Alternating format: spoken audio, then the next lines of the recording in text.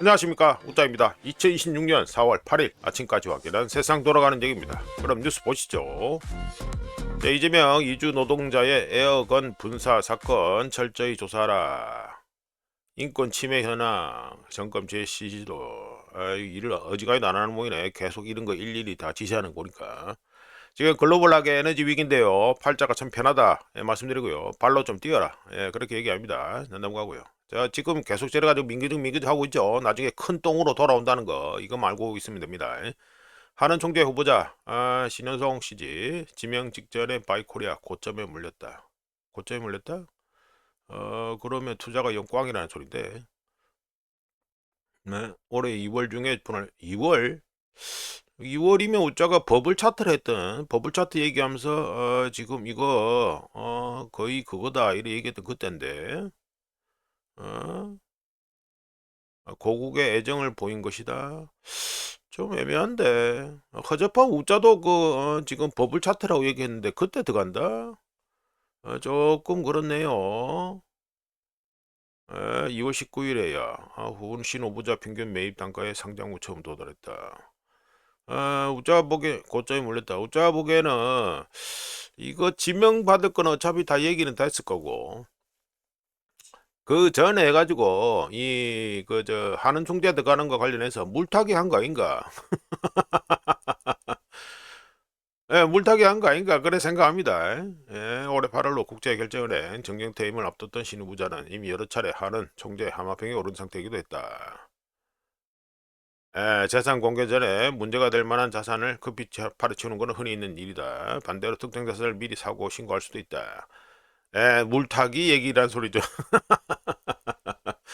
물타기 얘기다 되겠죠. 넘어가고요. 추미애 결선 없이 여당 더불어 경기지사 후보로 김동연, 예상대로 김동연이는 탈락됐고, 뭐 추미애 해가지고 경기지사 하겠네. 아이, 기분 좋겠네. 자, 우짜는 경기지사 관련해서 이미 코멘트를 했습니다. 뭐라 코멘트 해드렸냐면, 국힘은요 어차피 후보도 없는데 저 이준석이 개혁신당한테 경기지사 해가지고 몰아주라, 그렇게 코멘트 했습니다. 넘어가고요. 뭐 추미애 같은 거는 뭐 1분기 매출 133조, 영업이익 57조, 삼성전자 한국기업사 신기원을 세웠다 이거네.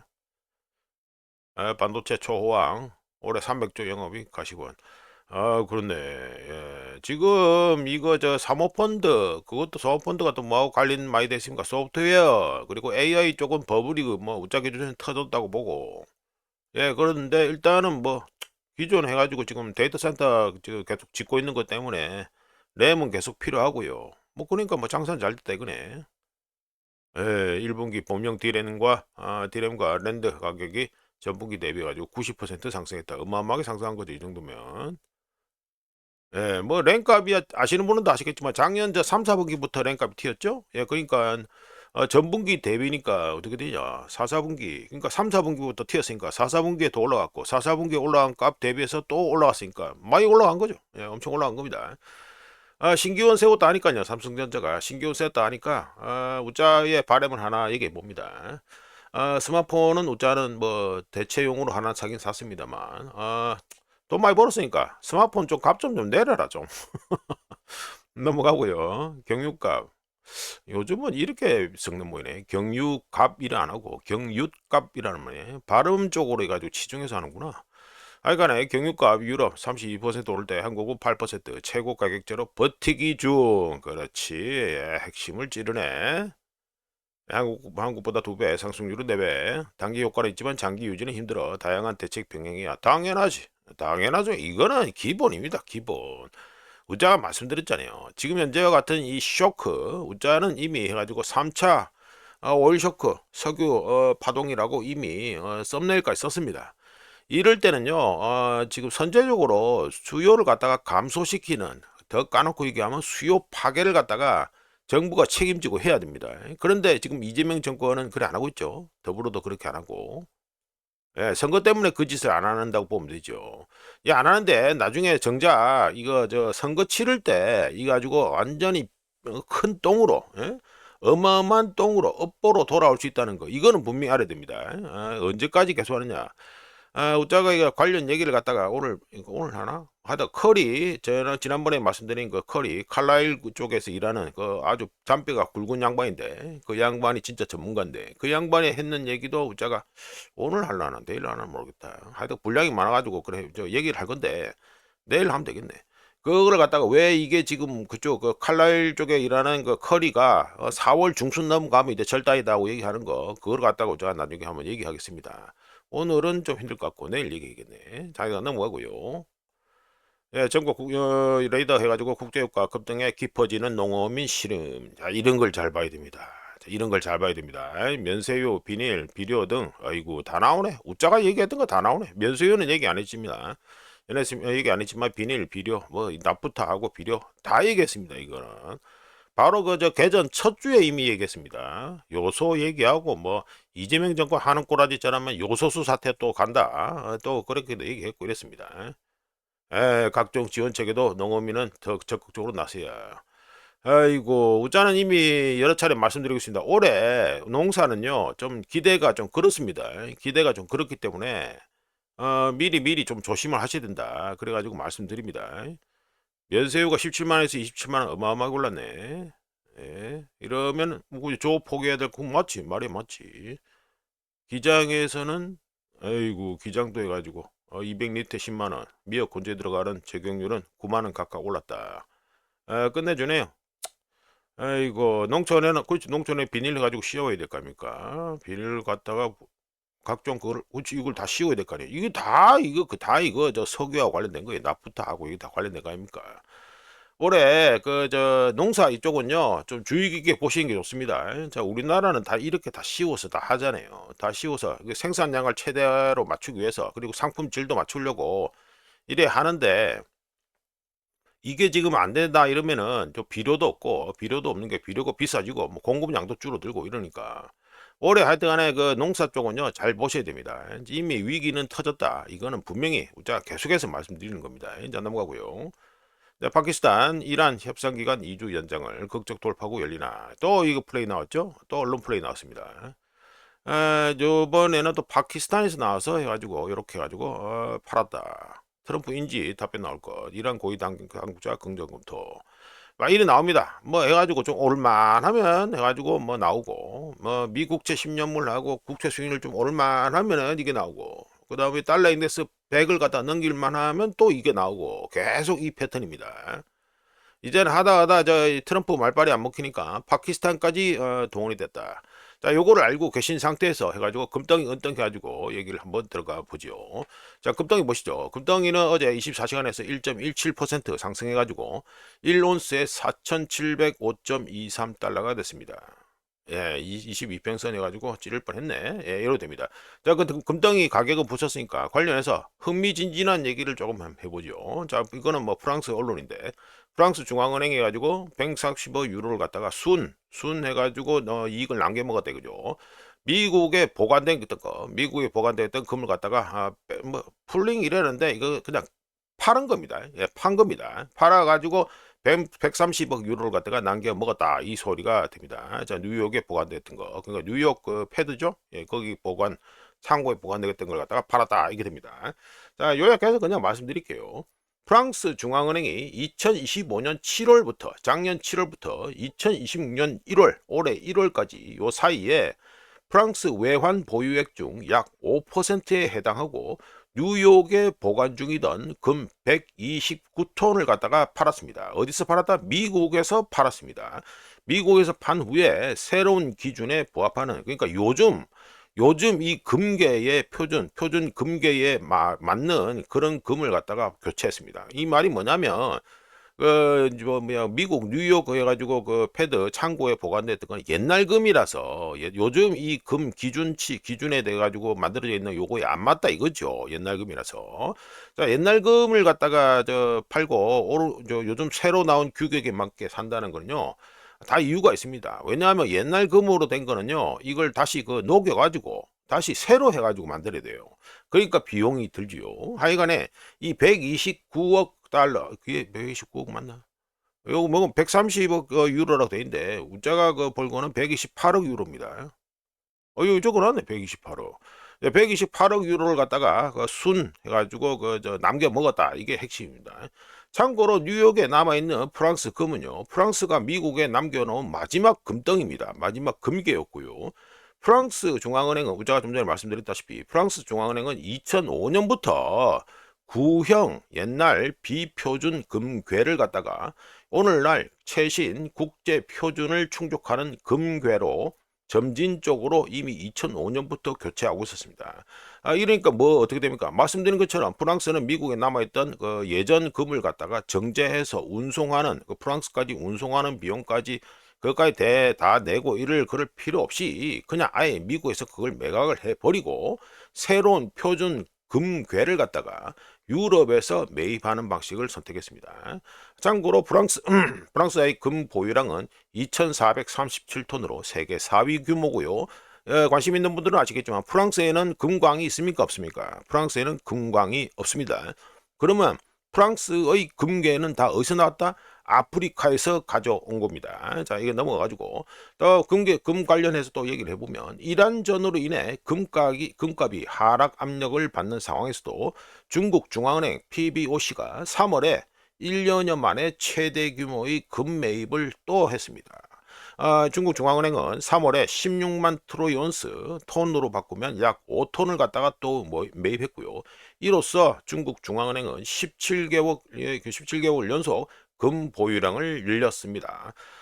우자 관련 본 콘텐츠에서도 말씀드렸습니다만 중동에 있는 친구들은 지금 금괴 팔아서 달러 쟁인다고 정신이 없고, 근데 중국은 그 싸게 나온 걸 갖다가 받아가지고 금을 갖다가 쟁이고 있다. 뭐 이게 핵심이 되겠죠. 중국이 아주 돈 장사는 정말 제대로 잘하고 있다. 이게 말씀드리겠습니다. 자, 말씀드리고 자, 은덩이 보시죠. 은덩이는 0.29% 상승해서 예, 좀 그렇네.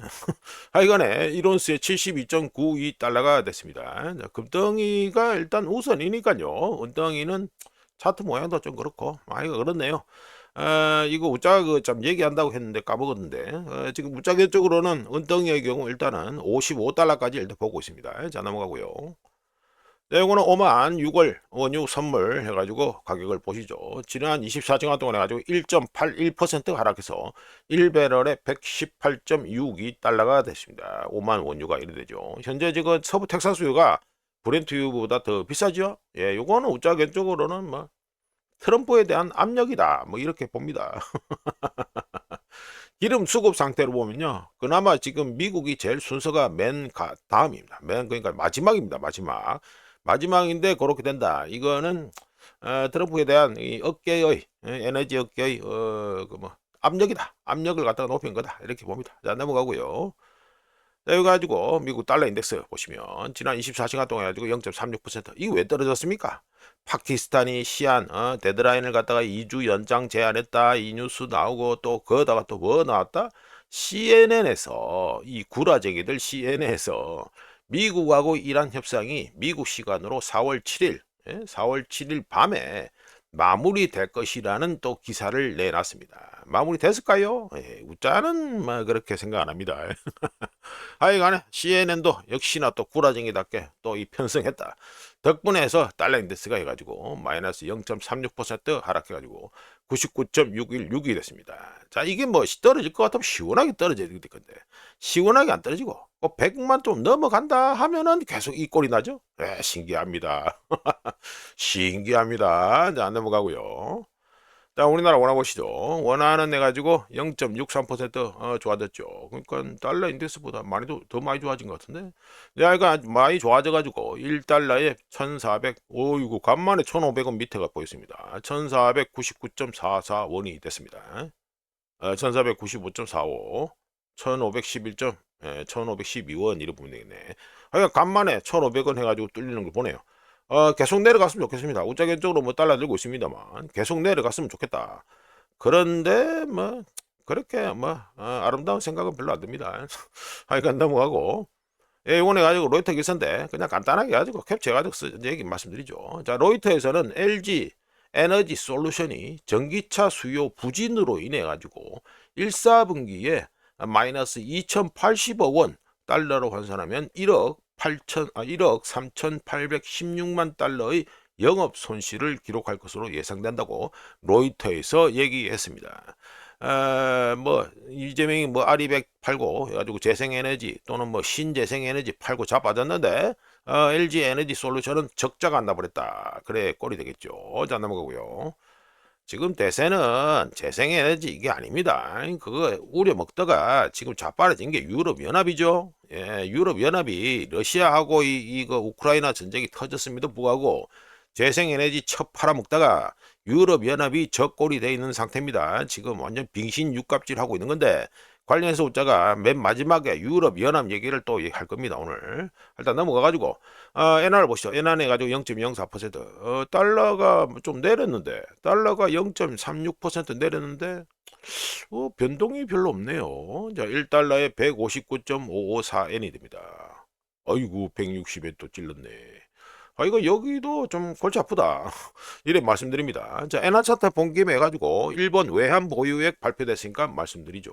일본의 외환 보유액은 2월에 1조 4,107억 달러에서 3월에 1조 3,747억 달러로 359억 7천만 달러가 감소했습니다. 이로써 2025년 작년 12월 이후 최저치를 경신했고요. 엔화에 대한 압력이 지속되는 가운데 엔화값이 이렇게 똥값 되는 거, 이 압력이 지속되는 가운데 일본 중앙은행은 4월 28일에 통화정책회의를 가질 예정입니다. 과연 금리를 올릴 것인지 말 것인지 아주 관심 있게 지켜봐야 되겠죠. 자 넘어가가지고요.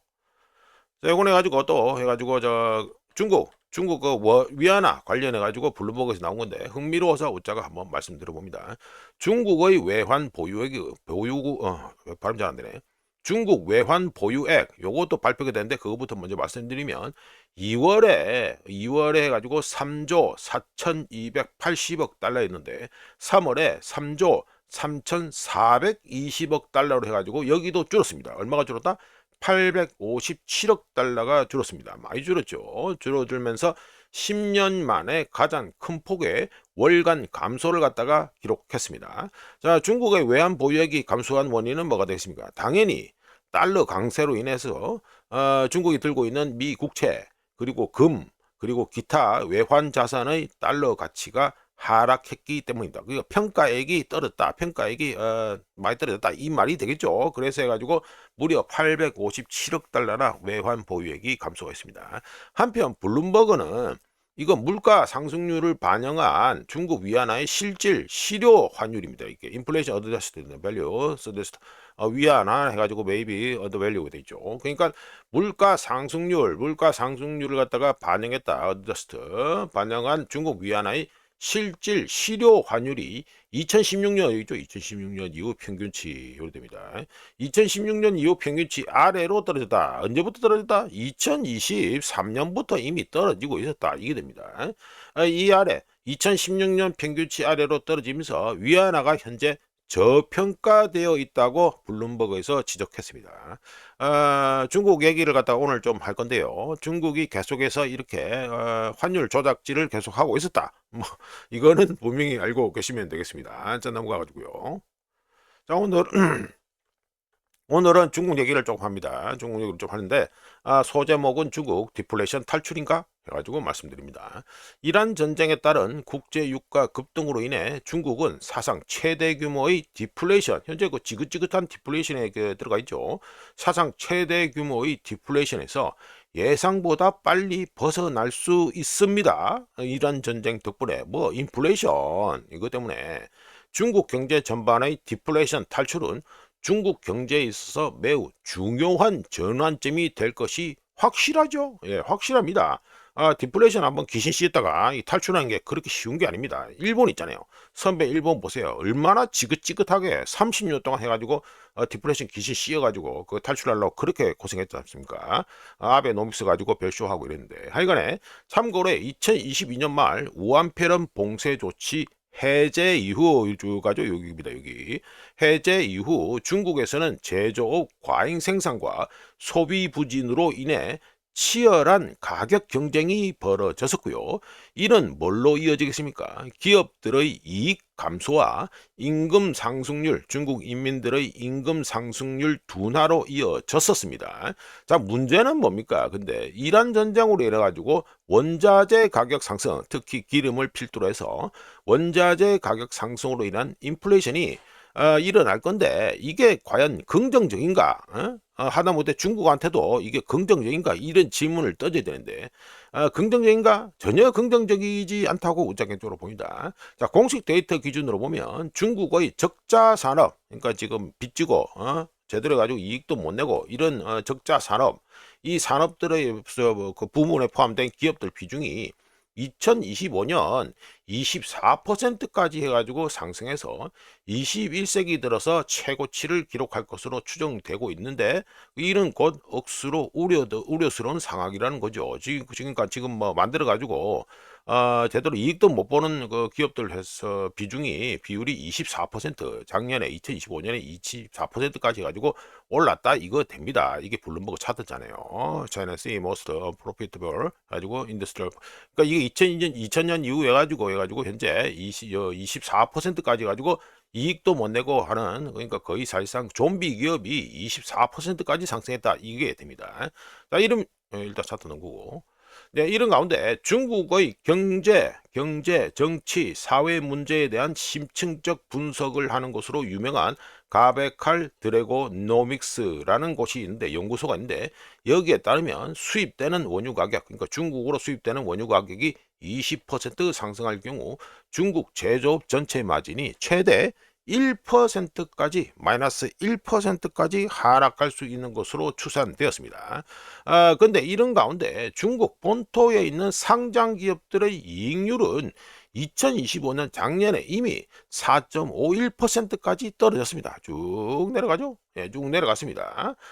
이거 스탠다드 차트하드, 거기서 해가지고 중화권 및 북아시아 수석 이코노미스트인 딩 슈왕은 지금 상황이 중국에 반드시 유리한 것은 아니다. 중국에 필요한 인플레이션은 비용 상승 인플레이션, 코스트 푸시 인플레이션이죠. 뭐 이거 유명하죠. 인플레이션에는 거기 봐서 세 가지가 있는데 뭐 그 중에 하나가 비용 상승 인플레이션이고 또 다른 하나는 수요 견인 인플레이션이 되죠. 그 나머지 또 하나 있는데 그거는 뭐 패스하고요. 하여간에 중국에 필요한 인플레이션은 비용 상승 인플레이션이 아니라 소득과 고용 증가에 힘입어 수요가 증가하고 공급과 수요의 균형이 개선되는 수요 견인 인플레이션이라고 해가지고 스탠다드 차트되어 있는 딩 슈왕이 지적을 했습니다. 즉 지금처럼 에너지 가격이 상승해서 그래서 지금 디플레이션을 갖다 탈출한다? 이거는 중국한테 전혀 좋은 게 아니라는 소리가 되겠지요. 예, 그래서 웃자게 가지고 중국 관련 얘기를 좀 말씀을 드렸습니다. 넘어가고요.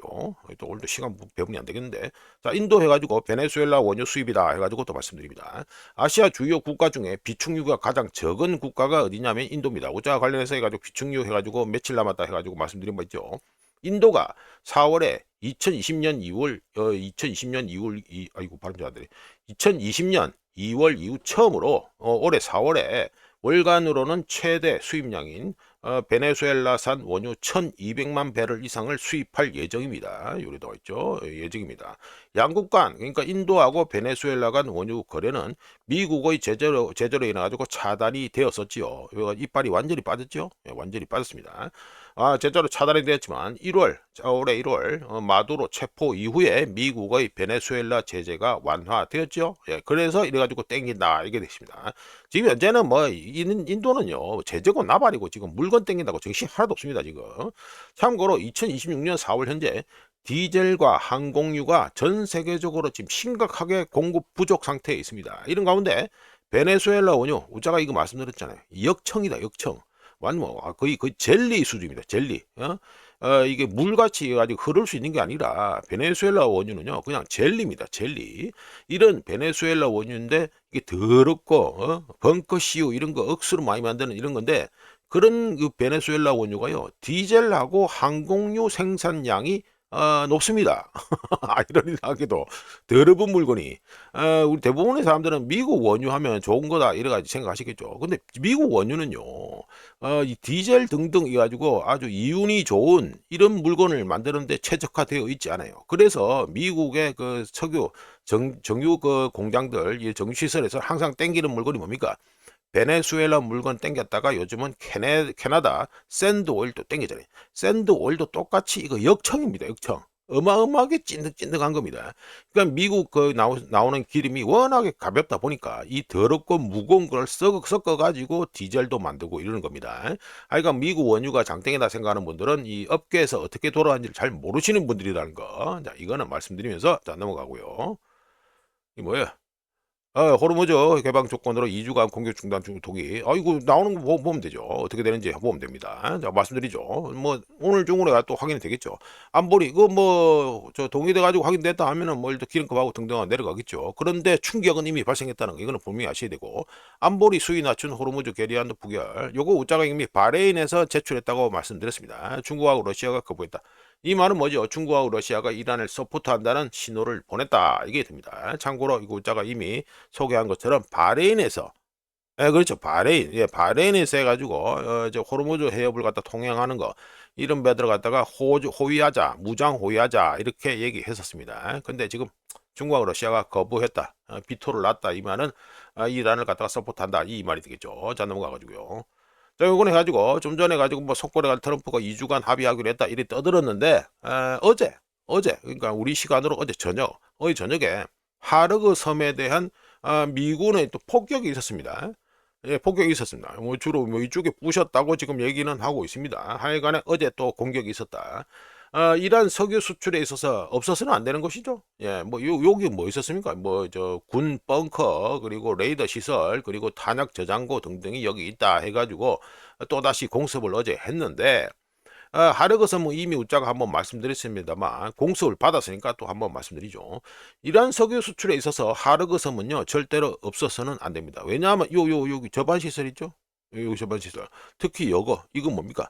VLCC 그러니까 이거 저 초대형 유조선 잘 보이냐 이게?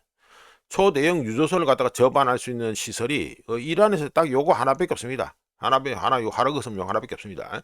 이 접안 그러니까 VLCC 접안 및 선적이 저 원유 선적이 가능한 유일한 터미널이 바로 하르그섬입니다.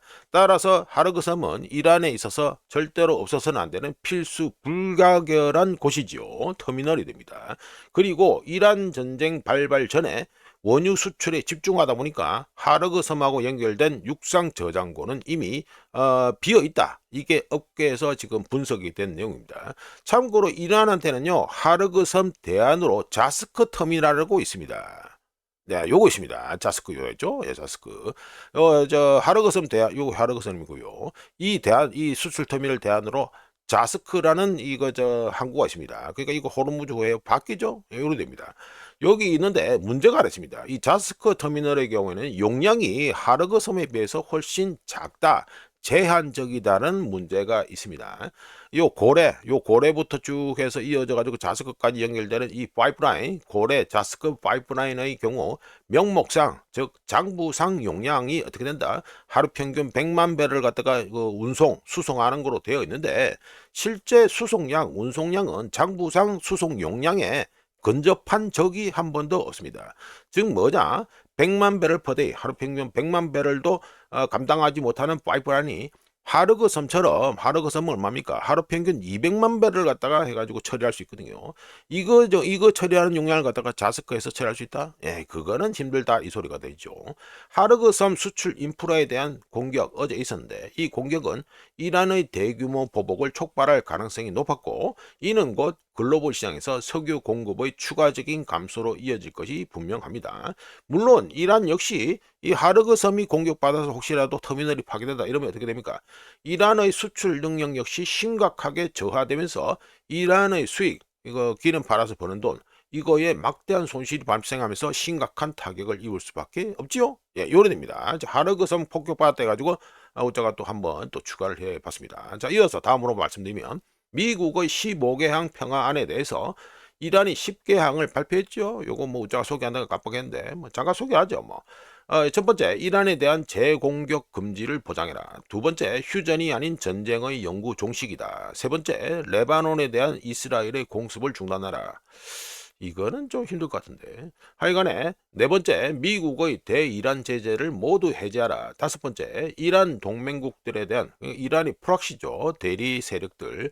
이 세력들에 대한 영내 모든 전투를 중단하라. 그리고 여섯 번째는 첫 번째부터 다섯 개까지의 요구항의 대가로 이란은 호르무즈 해협을 연다, 개방한다. 하지만 일곱 번째, 이란은 선박당 200만 달러의 통행료를 갖다가 부과한다. 그리고 여덟 번째, 징수된 통행료는 오만하고 해가지고 나눠 갖겠다. 아홉 번째, 이란은 호르무즈 해협의 안전한 통항을 위한 규칙을 마련하겠다. 열 번째, 이란은 호르무즈 해협 통행료를 배상금이 아닌 재건에 사용하겠다. 이렇게 얘기했습니다.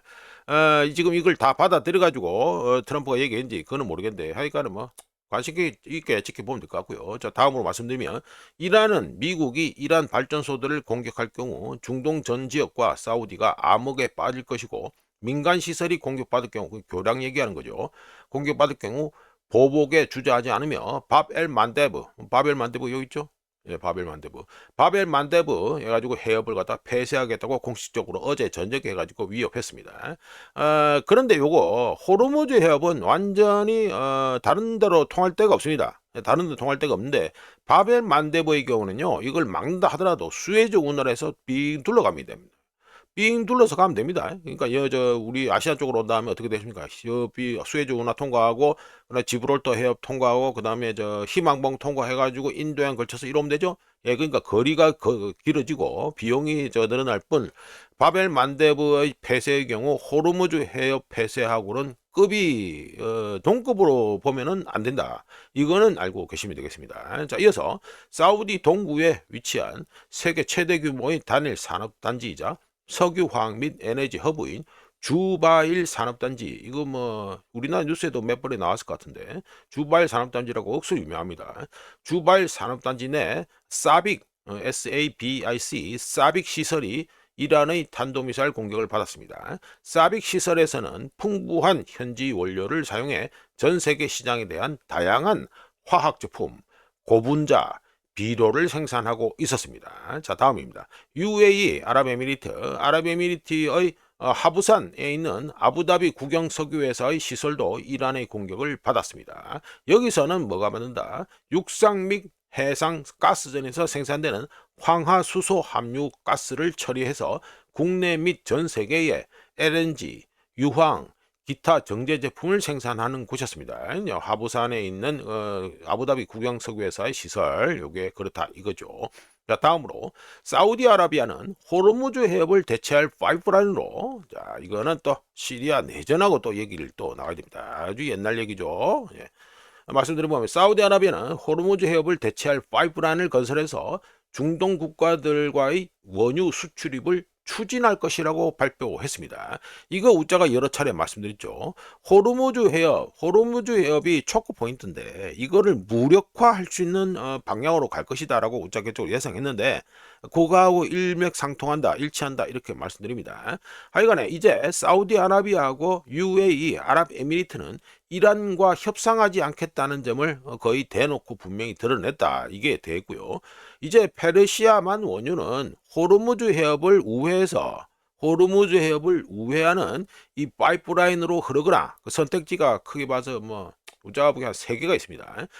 호르무즈 해협을 갖다가 우회해서 흐르는 파이프라인을 갖다가 통해서 해가지고 페르시아만 원유가 나가거나 또는 힘으로 호르무즈 해협을 열거나 또는 이란이 깔끔하게 호르무즈 해협을 개방하는 거, 이 3가지 선택지 말고는요, 페르시아만 안에 있는 원유가 다시 흐를 수 있는 가능성, 옵션은 없다고 보시면 됩니다. 그리고 이 3가지 조건, 그러니까 뭐 우회하는 파이프라인으로 흐르거나 또는 호르무즈 해협이 열리거나 이란이 힘으로 호르무즈 해협을 열거나 또는 이란이 깔끔하게 다시 여는 거, 이 3가지 조건 중 하나라도 충족될 때 글로벌 시장은 쿠웨이트와 이라크는 제외하더라도 사우디 그리고 아랍에미리트 요거 요 사우디하고 아랍에미리트의 전쟁전 공급량에서 대비해 가지고 하루 평균 500만 배럴이 날아간데 지금 안 되고 있습니다. 이거를 갖다가 이 위에 말씀드린 세 가지 종족의 조건이 충족될 때까지 하루 평균 500만 배럴이 그냥 그 공급에서 완전히 사라져 있는 상태가 된다. 이게 되겠습니다. 관련해서 우자가 이거 시리아 내전 해가지고 지금 뭐 그때는 유튜브를 안 했으니까 근데 시리아 내전의 이면에는 뭐가 있냐면 이거 에너지 파이프라인 서로 경쟁이 있었습니다. 어디 있냐 이거 사우스파르스죠. 사우스파르스 관계자가 누굽니까? 카타르, 이란이죠. 이 둘이 파이프라인을 갖다가 유럽에 팔아먹을 파이프라인을 갖다가 만들기 위해서 시리아 내전을 갖다가 아주 적극적으로 참여했지요. 그랬는데 뭐 이때 가지고 뭐 여러 가지 나시는 아이시스 나오고 뭐 알카에다 등등 뭐 쭉 나오고 있는데 실질적으로 지금 현재는 어떻습니까? 시리아 그 지금 그 저 국가가 누구한테 들어갔어요? 알샤라한테 들어갔잖아요. 그러니까 미국 손에 들어갔잖아요. 미국하고 미국 친구들 손에 들어갔잖아요. 그러니까 이란이 그 계획했던 이 파이프라인 이거 자체는 가지고 완전히 엎어진 상태입니다. 좀 전에 웃다가 뭐 사우디하고 뭐 이 친구들 페르시아만 친구들이 가지고 파이프라인으로 호르무즈 해협을 우회할 거다고 말씀드렸는데 이 빨간 거 카타르에 가지고 나와 있는 거 카타르 터키 파이프라인 이거는 아직도 유효하다고 보시면 되고요. 하여간에 우자가 시리아 내전 시절에 시리아 내전의 이면에는 에너지 전쟁이 숨어 있다고 하면서 관련 얘기도 좀 하고 있는데 여기서 이거 녹색 이거는 완전히 아싸리 났다는 거 끝났다는 거 이거만 알고 있어야 됩니다. 자, 우자가 페르시아만 국가들의 해수 담수화 시설을 공격하지 않는 게 이란에게 현명하다고 말씀드린 것도 다 이런 이유입니다. 호르무즈 해협을 갖다가 이 초크 포인트를 갖다가 사실상 해가지고 그 파이프라인 등으로 우회해버리면 완전히 무력화가 되어버리거든요. 그냥 고기 배만 왔다 갔다 하는 거 이것만 되는데 이 이유 때문인데 이란은 자신이 가진 유일한 그냥 유일합니다. 이거 하나밖에 없습니다. 이란한테는 딱 하나 남은 지정학적 레버리지가 이 호르무즈 해협입니다. 요게 사라지는 걸 갖다가 이란은 천천히 지켜봐야 될 가능성이 점점 높아졌다. 이렇게 우짜 견적으로 봅니다. 자 넘어가고요. 이게 또 너무 늘어지는데. 네, 이거요. 이번에 가지고 어떤 내셔널 해가 나와 있는데 보시면 뭐가 닥터 가르거시 나와 있는데 왜 지금 몇 분이야? 36분이야? 얘 가지고 뭐 떠들기만 하면 시간이 가네.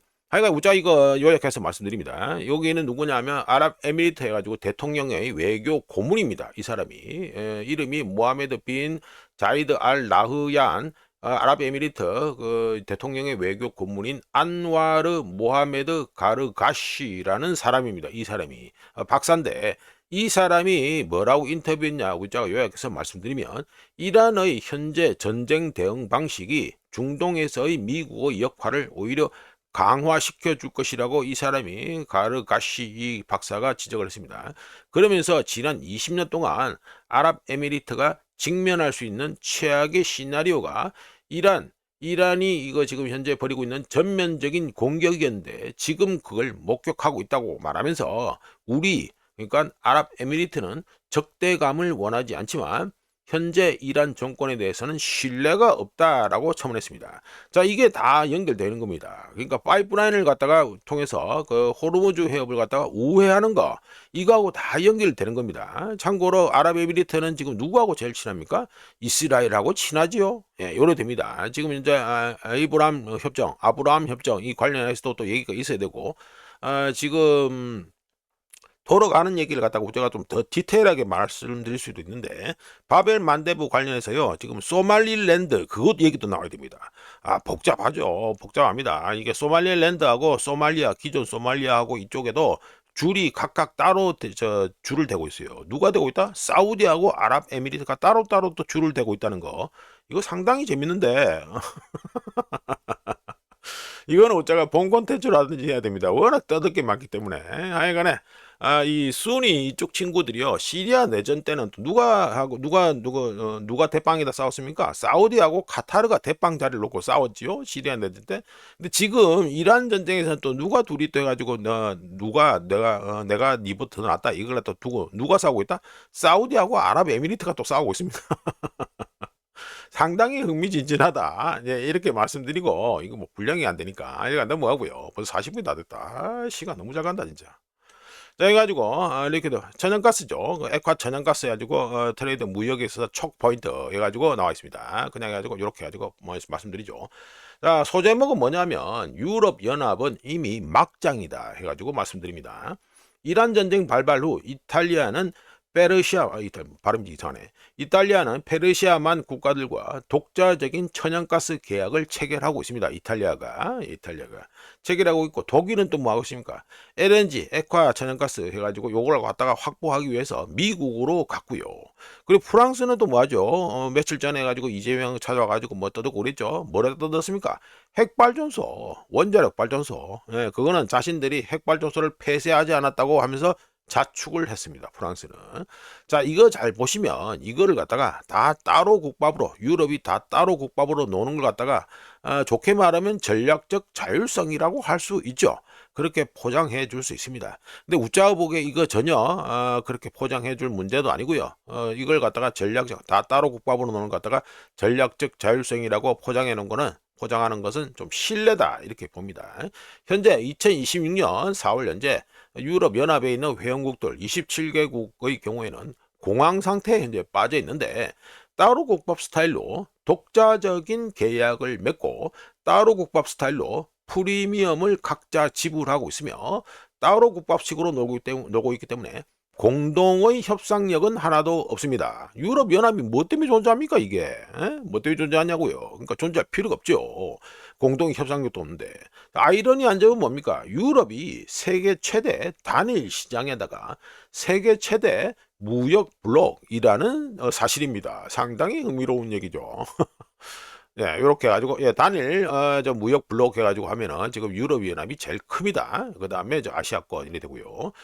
즉, 함께 행동하고 협상하면 전 세계 모든 천연가스 공급 업체들을 상대로 유럽연합은 높은 협상력을 유지하면서 자신들에게 유리한 조건을 제시할 수 있습니다. 하지만 현실은 어떻습니까?